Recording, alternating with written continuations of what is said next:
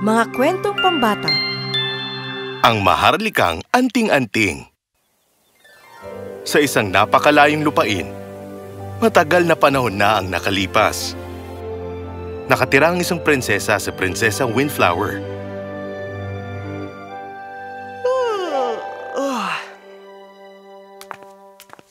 Merong kakaiba at mahiwagang pamana ang pamilya nila.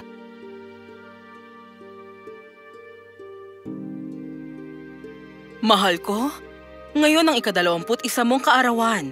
Ngayon din ang takdang araw na dapat mapasayo ito. Ito po? Ang anting-anting ninyo? Pero ina, matagal na pong nasa inyo ito. Pero simula ngayon, dapat lang na mapasayo ang bagay na yan. Hindi yan ordinaryong anting-anting, iha. Ipinamana rin yan sa akin ni ina nung kaarawan ko. Ikaw na ang may-ari niyan ngayon. At dapat mo rin niyang ibigay sa magiging anak mo. Hanggat nasa'yo yan, mapupuno ka ng pag-ibig, kagalakan at kasaganahan.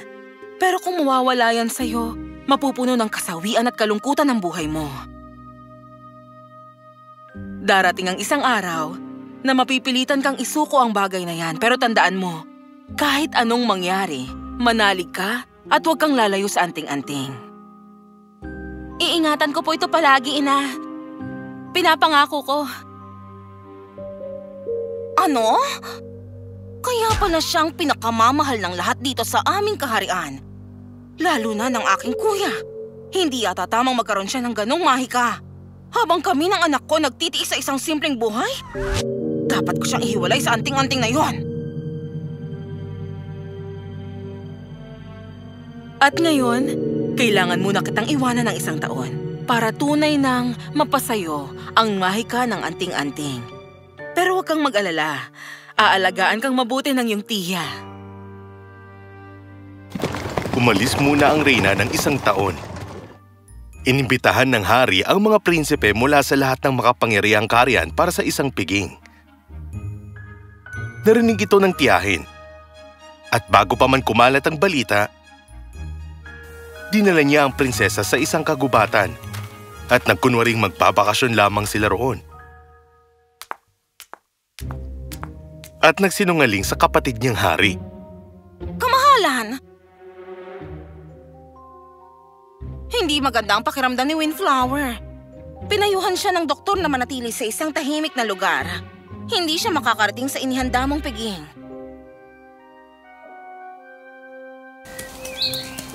Pero nagsimula nang magpamalas ng mahika ang anting-anting. Napakagandang paro-paro. Sandali, halika rito. Naligaw ng landas ang prinsipe. At napadpad siya sa tinutuluyang bahay ni Prinsesa Windflower. Bakit parang may kung anong gustong maglapit sa akin sa bahay na yun?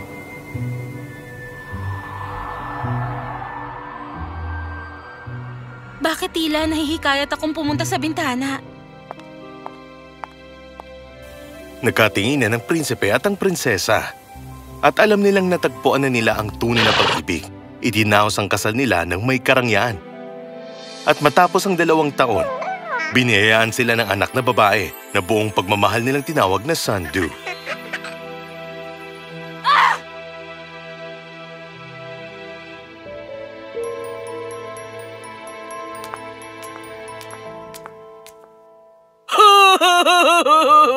Ang sabi mo, mas mauna ako ikasal sa isang prinsipe kasi sa kanya.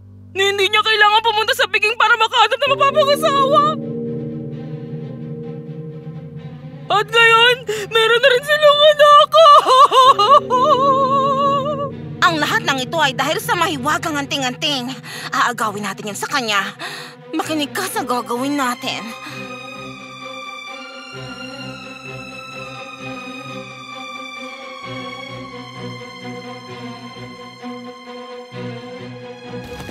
Inimbitahan si Windflower ng kanyang tiya kasamang anak niya na nagbabakasyon sa kabundukan. Ngunit nang dumating sila, Sino kayo?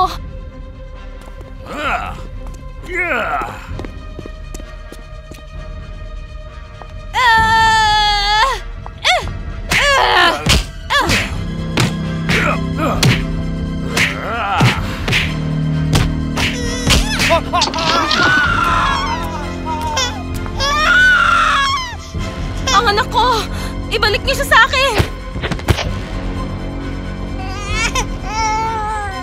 Ibigay mo muna sa akin ang anting-anting at ibabalik ko ang anak mo! Hindi ko gagawin yan. Ang kapangyarihan nito ang pumuprotekta sa anak ko at sa akin. Tingnan natin kung mangyayari yan.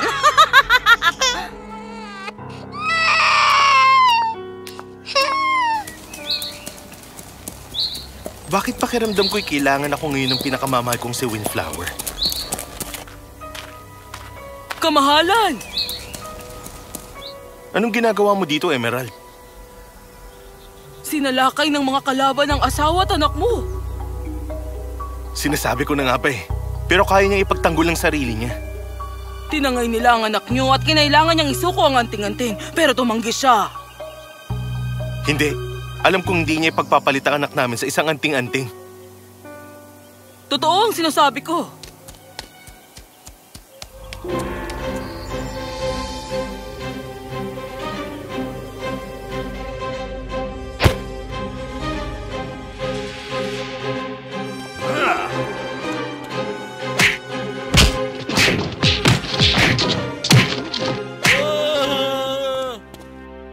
Nang makausap ng prinsipe ang prinsesa, nalaman niyang ayaw nitong ibigay ang anting-anting sa mga kalaban. Nagalit ang prinsipe. Bakit ba ayaw mong isuko ang anting-anting? Mas mahal mo ba yan kaysa sa pamilya natin? Hindi. Gusto kong itago ito dahil pag nawala ito, mawawala ka sa akin at ang lahat ng mayroon ako. Sa tingin mo ba mahal kita dahil sa isang piraso ng alahas? Hindi. Bahagi ito ng... Tama na. Isuko mo lang anting-anting ngayon din. Patunayan mong mas mahal mo kami kaysa sa bagay na yan. Nakiusap muli ang prinsesa sa prinsipe. Ngunit nagmatigas ito sa kanya. Wala siyang nagawa kundi ibigay ang hinihingi nito.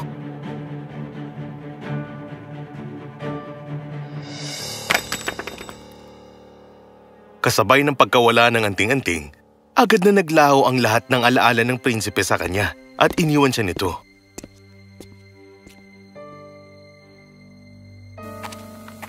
Pinalayas at pinabayaan din siya ng kanyang tiya at anak nito. Lumipas ang maraming taon.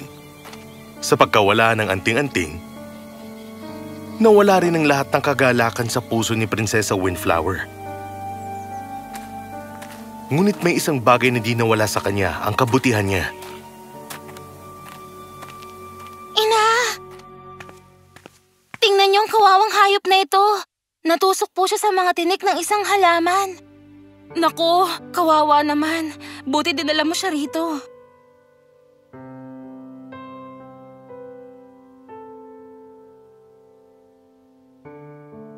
Bigyan po natin siya ng gatas, Ina.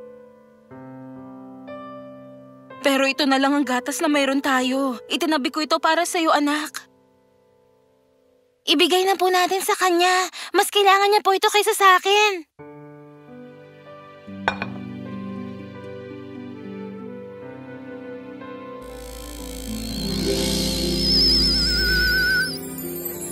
Aba! Tunay ngang napalaki mo ng mahusay at mabait ang anak mo, Prinsesa Windflower. Kahit na wala pa sa'yo ang anting-anting, panahon na para magkaroon ka ng pagkakataong mabawi ito. Sasabik akong makita muli ang iyong ama. Bumalik na tayo sa kaharian para makita siya, kahit na hindi niya tayo makilala. Bumalik si Prinsesa Windflower at anak na si Sandu sa kanilang kaharian. At nagulat sila sa kanilang nakita.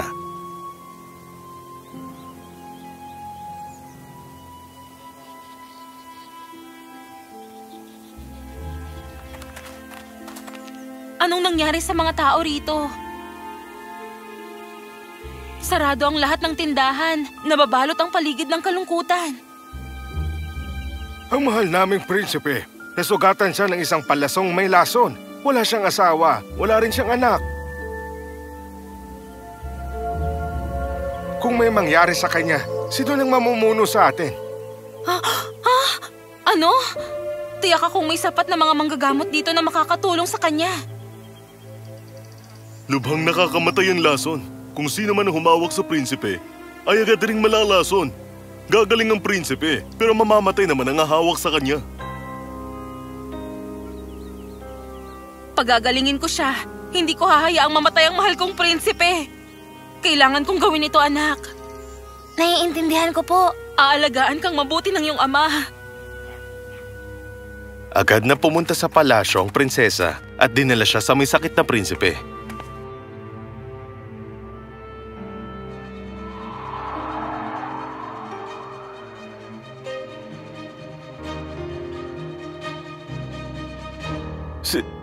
Sino ka? Ang nagmamahal sa'yo ng higit pa sa buhay ko. Paalam na, mahal ko. Bakit pakiramdam ko ay matagal na kitang kilala? Ang anting-anting. Ang anting-anting.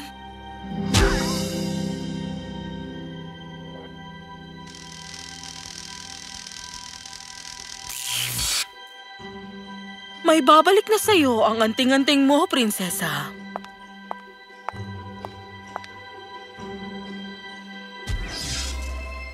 Windflower, gising mahal ko. Huwag mo kong iwan. Gumamit ng mahika ang diwata para kunin ang lahat ng lason sa katawan ng prinsesa at muli itong nabuhay. Gising na, prinsesa.